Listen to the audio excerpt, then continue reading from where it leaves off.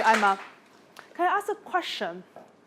Have you ever experienced that you're given a amount of data and someone asks you to produce some interesting insights or dashboard in a very short amount of time? Yes, everyone has experienced that, for sure. And what is your first move?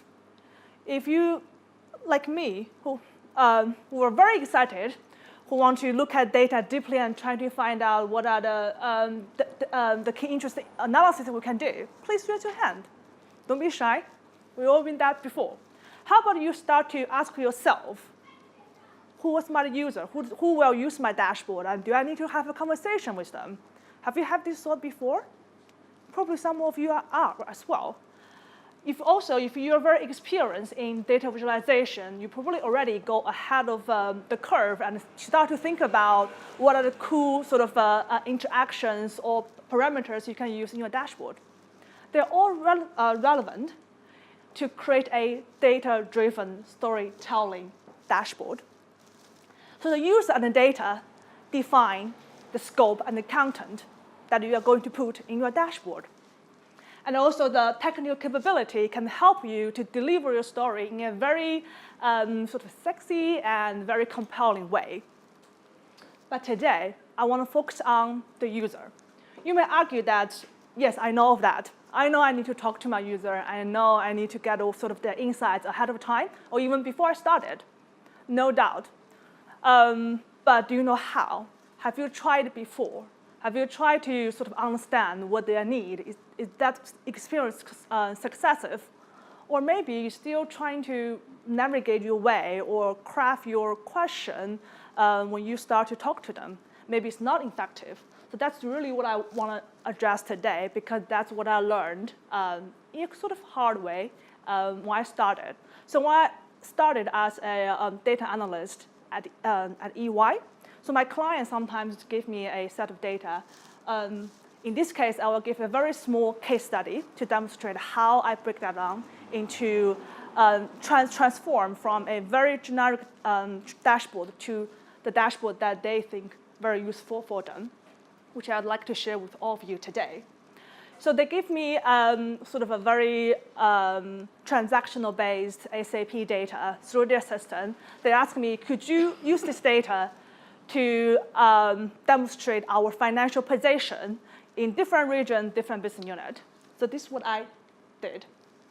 So forgive me, we're not even allowed to share some of the dashboard, even it's just clean the data. So this sort of mock-up of the dashboard I created many years ago. I was very proud of myself because I did really very hard work in the back end, put all the things together. You can see your sales volume and cost by different region, different business unit. And also you have a table in the back end, down here to look at the detail of business unit, product sales, etc. So when I present this to a client, I have a mixed feedback. Like some of them say, this is great, this tool is great, Tableau is awesome. I can now start to drill down to look at different pieces of my business. But there's one guy who looks very sophisticated, sit in the back of the room, and he asked me, oh, I already know that.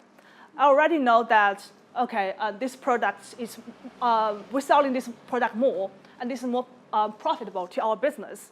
Could you tell me something that I don't know? Then that's the first time I start to ask myself that, should a dashboard tell something that my user didn't know?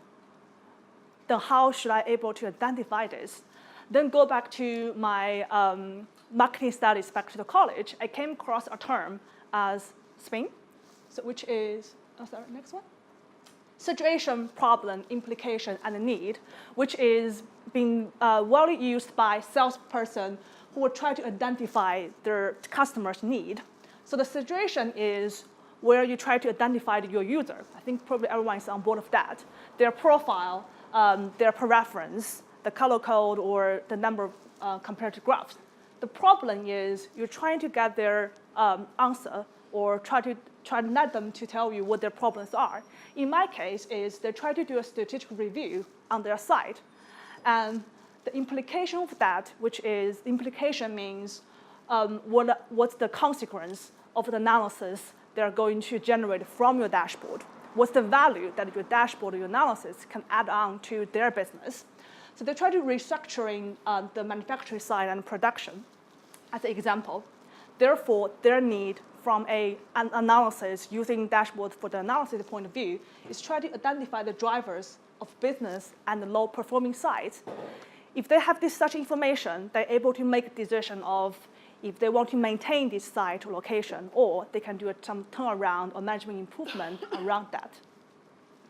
Okay, so this is the end dashboard I deliver to my client, which I set up different KPIs with them, and also have a map on the side to quickly show the site location and different KPIs.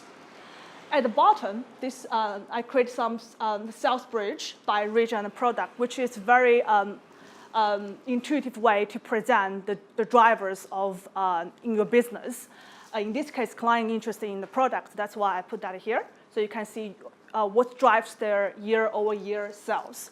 And also, price volume bridge can demonstrate if the revenue coming from the price increase or the volume increase. So at the end of the day, client quite like it, and we also turn this into a monthly recurring managed service for our company. So now client is using this every month when they try to assess or review the position in the market. So hopefully everyone today, if someone later on asks you the same question again, you can think of SPIN: situation, problem, implication, and the need, and really to identify or uncover their need. Thank you.